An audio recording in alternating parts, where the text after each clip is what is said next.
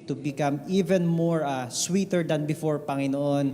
As you stay, Panginoon, sa kanilang presensya, Panginoon, we pray, Panginoon, na patuloy mong patatagin, Panginoon, ang Amen. bawat couples sa pagharap nila, Panginoon, sa mga future challenges, Panginoon. Yes, Lord. We don't know these challenges, Panginoon. Through you, Panginoon, ikaw po ang maghanda sa kanila, Panginoon, magbigay ng kalakasan. Amen. At sa panahon, Panginoon, na merong disagreement, Panginoon, in both parties, we pray, Panginoon, na ang pag-ibig mo ang siya mag-reunite sa kanila, Amen. magkaroon ng pagkakasunduan, Panginoon, so that mapagtagumpayan ng both couples, Panginoon, kung ano man ang darating pang, Panginoon, na Amen. problema.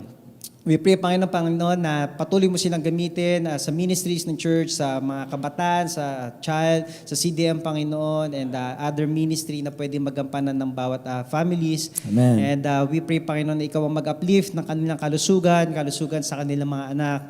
And Panginoon, patuloy pa Panginoon na sumama at pag-ingatan sila sa kanilang mga trabaho each day, Panginoon, na Amen. sila Amen. ilalabas ng kanilang mga tahanan, Panginoon. Muli po, Ama, ito po ang nais naming idalangin, hingiin sa iyong presensya. We know you'll never fail us, Panginoon, sa mga panalangin ito.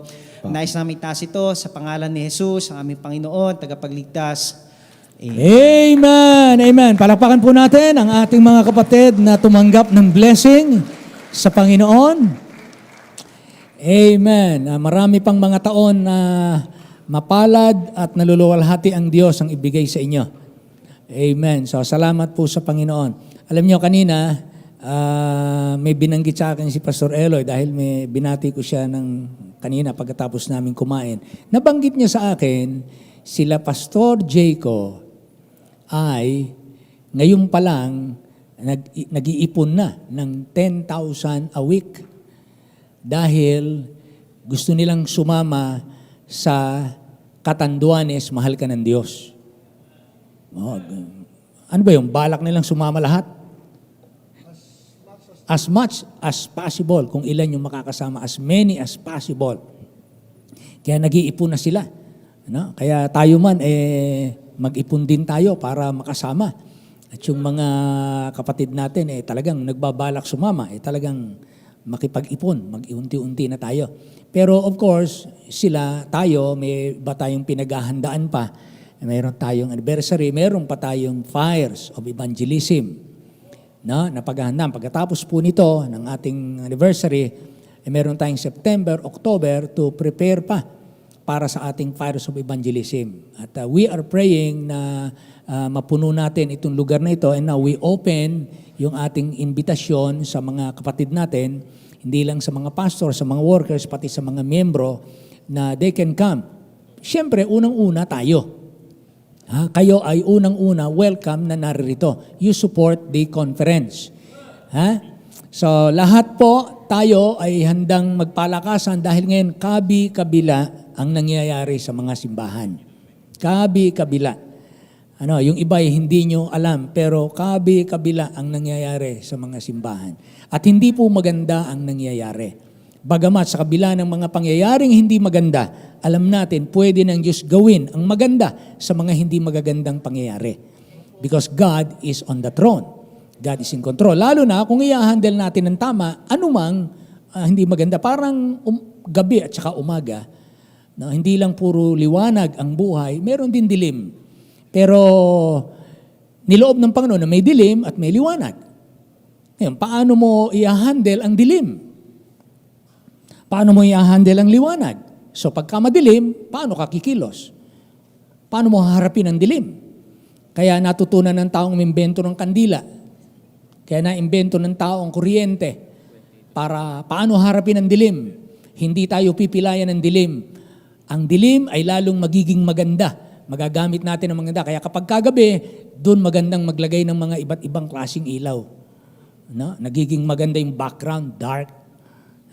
Tapos ang ganda ng mga klase ng mga ilaw, nagiging maganda. Kaya yung dilim, nakatulong sa kagandahan, kumporme sa paano mo haharapin.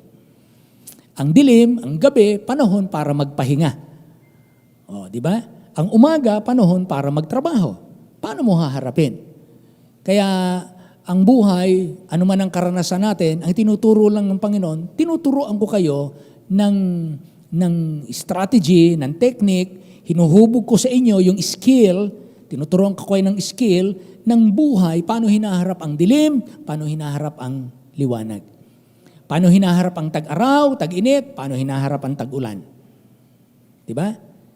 Kaya kapag hinarap ng tao ng tama ang tag-ulan, nagkakaroon ng negosyo, yumayaman sa pagtitinda ng payong at paggawa ng payong. Di ba gano'n, ano? Kaya, kumporme, paano mo haharapin? Nagtalo kayong mag-asawa. Nagtalo kayo. Ayaw patalo ni misis at gusto siya ang laging tama. Ang misis naman talagang hindi nagkakamali yan eh. Laging tama yan. Kaya sabi nung mag-asawa, paano ba tumagal yung pagsasama ninyo? Kaya tumagal ang aming pagsasama. Laging tama si misis. At pag ako ang mali, siya pa rin ang tama. Kaya hindi sila nag-away kasi laging tama si misis eh.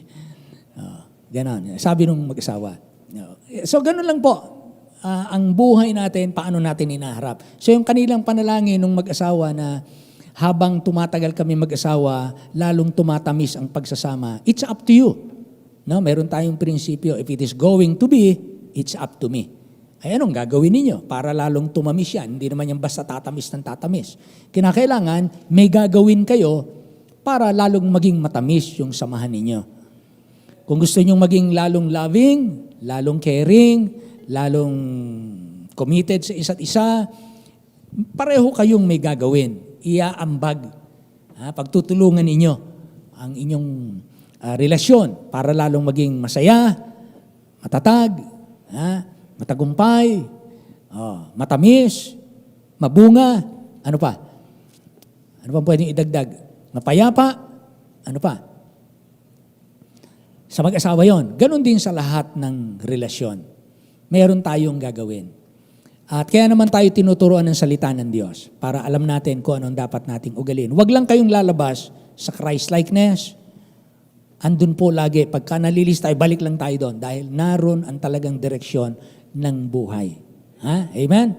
Okay po, so lahat po tayo ay pinagpala ng salita ng Diyos. Salamat at atin pong pinaunlakan at dinaluhan ang andulang ng ating Panginoon. Ito po'y katagumpayan ng ating simbahan na tayo po'y patuloy niyang binubuklod sa kanyang presensya. All the people say loud, Amen. Amen. Tayo po'y tumayong lahat at umawit po tayo ng panghuling awitin. Awitin natin yung kanina may nagsuggest sa akin yung tayo'y sama-sama. Basta tayo'y sama-sama. Sige, basta magsama-sama tayo kay Kristo. Amen. Yun po ibig sabihin. Basta magsama-sama tayo kay Kristo. Andun ang ating pagkakaisa. Kahit may pagsubok, kahit na anong karanasan, iba-ibang sukat, iba-ibang kulay, sama-sama tayo kay Kristo. Amen. Everyone, sige, awitin natin. Pagsubok na rin ang ating naranasan, iba't ibang sukat, iba't ibang kulay, ilang unos na rin ang sa ating dumaan, bawat isa'y humamon sa ating katapatan. Ngunit di ka ba nagtataka? Ikaw at ako'y narito pa. Di ka ba nagtatanong? Saan tayo umuhugot ng lakas? Sa nagdaang panahon. Ayun, na kay Jesus. Basta tayo'y sama-sama, si Kristo ang magbubuklod. Habang tuon ay nasa langit, di tayo mabibigo. Haharapin ang bawat hamon, bawat aral ng kahapon, ang dakilang katapatan ng Panginoon. Ladies, Di nalilimutin. mahina ng kasaysayan kung paano. Yes, ladies. Amen. Kaya sa Ting awit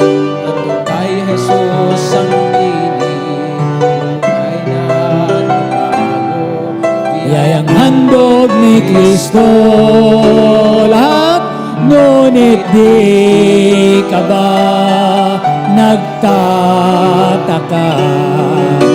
Ikaw at ako ay narito pa. Amen. Wow.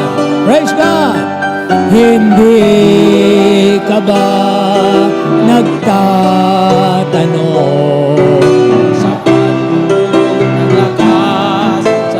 ang panahon? Basta't tayo'y sama-sama, si Kristo ang magbubuklod. Habang tuon ay nasa langit, di tayo naroon ang diin sa langit. Yun ang direksyon ng buhay. Luwalhatiin ang Diyos. One more. Basta tayo'y sama-sama. Basta tayo'y sama-sama, si Kristo ang magbubuklod. Habang doon ay nasa langit, di tayo mabibigo. Tawagin ang bawat hamon, paunaral ng kahapon, at dakilang katapatan ng Panginoon. Ang dakilang katapatan ng Amen! Amen! Tapat po ang Diyos sa atin. Amen. Yan ang maghahatid sa atin hanggang sa huli na sandali ng ating buhay. Hanggang sa pagdating ng Panginoon. Amen. Tayo po'y magwawakas sa panalangin. Hilingin natin si Brother Bong. Brother Bong, alika rito. Ikaw magwakas sa panalangin ngayong gabi. Brother Bong, alika. Ito po ang ating youth director. Salamat sa kanyang pagtatapat. Bagamat ito'y adult na pero young at heart. Young looking pa rin naman. So, magkakasala na naman sila. Magkakamali na naman. Amen. Purihin ang Panginoon. Brother Bong. Tayo po yung manalangin, ang manaming Diyos, dakila sa lahat. Kami po ay nagpupuri, nagpapasalamat sa iyong banal na pangalan. Salamat, Amen. Panginoon, sa pagkakataon na sama-sama kaming iglesia. Thank you, Lord. Na magpuri sa iyo, sariwain ang iyong dakilang sakripisyo, Panginoong Jesus. Salamat po, Panginoon, na kami po ay may kagalakan sa aming puso habang amin inaalala ang katubusan na aming mga kasalanan. Apo. At ang pribilehiyo, Panginoon, na kalakip na dugtong-dugtong na biyaya na ibinigkaloob mo sa bawat sa pusa amin. Salamat po, Panginoong Diyos. At ikaw ang nagbubuklod sa aming iglesia. Bagamat hindi perpekto ang mga tao, Yes, patuloy na nagkakamali, patuloy na nagkukulang. Pero ikaw ang aming kasapatan, ikaw ang aming kalakasan. At sa iyo, Panginoon, perpekto ang pag-ibig na tinatanggap ng bawat isa. Thank you, Kaya Lord. kami po ay patuloy na nagpupuri at nagpapasalamat, Panginoong Diyos, sa lahat ng biyaya na patuloy naming tinatanggap, Panginoong Diyos. At minsan pa aming tinatagubilin sa iyo, Panginoong Diyos, ang kaligtasan, ang safety ng bawat sa Panginoon sa aming pansamantalang paghiwa-hiwalay. Ingatan mo po at ihatid po ng safe sa kanya-kanyang tahanan ang bawat mananampalataya, ang bawat kapatiran. At ibalik mo kami, Panginoon, na may kagalakan as we celebrate our church anniversary, Panginoon, next Sunday. Purihin ang iyong banal at dakilang pangalan. Dalangin po namin ito lahat na may pagpupuri sa matamis sa pangalan ng aming Panginoon at tagapagligtas ng si Jesus. And all the people say aloud, Amen. Amen. So lahat po mag-invite for this coming Sunday. At ang ating alay sa Panginoon ay yung mga kaluluwa. Yan ang alay natin. Give your best offering this coming Sunday. Pasalamat natin sa Panginoon. Meron tayong 47 years. Give your best to the Lord. Okay po. So salamat ng marami sa lahat. Magandang gabi. Purihin ang Panginoon. Maging lahat ng mga naka-online. Purihin po ang Panginoon sa buhay niyo.